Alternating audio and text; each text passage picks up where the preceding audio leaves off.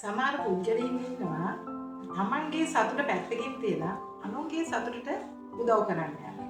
මම හිතනවා මනෝවිද්‍යානුකූලව තමන් කවදා හරි පසුතැවීමට ලක් වෙන්නේ තමන්ගේ මනස අනුන් කෙරේ වැඩියෙන් අනුකම්පාවට යොදවීම.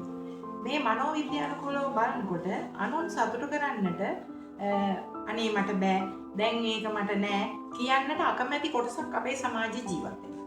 මේ අය මේ නිසාම අමාරුවේ වැටිච්ච වෙලාවල් තියෙනවා. තමන්ට නැතිනම් නෑ කියන්නට, තමන්ට බැරි නම් බෑ කියන්නට කිසිම මොහොතකදී පසුබට වෙන්නට එපා. ඕනම වෙලාවක තමන්ට හැකි පමණ, තමන්ට පුළුවන් දේ පමණක් කරන්නට මනෝවිද්‍යානුකූලව අප මිනිසුන් පුරුදු වෙන්නට ඕනේ.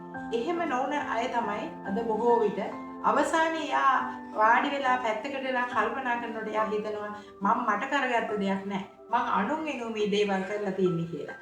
එහෙම හිතන්න නැති වෙන්න තමන් කරන හැම දෙයක්ම තමන්ට සීමා පනවා ගැනීමෙන් තමන්ගේ මානසික මට්ටම හොඳින් හදාගන්නට පුළුවන් කියලා මං හිතනවා. මනෝවිද්‍යානුකූලව බොහෝ විට සමහර අයට තියෙනවා දුක වැඩිකම, මාන්නය, ඒවා නිසා මේ අය කිසිම කෙනෙකුට නෑ බෑ කියන්නේ නෑ. මට ඒක කරන්නට පුළුවන්, මං ඒ දේ කරලා දෙන්නම් කියලා පොරොන්දු දෙනවා. මම හිතනවා තමන්ට සීමාවක් කනවාගෙන අනිත් අයට උදව් කිරීම මනෝවිද්‍යානුකූලව හොඳ දෙයක් කියලා.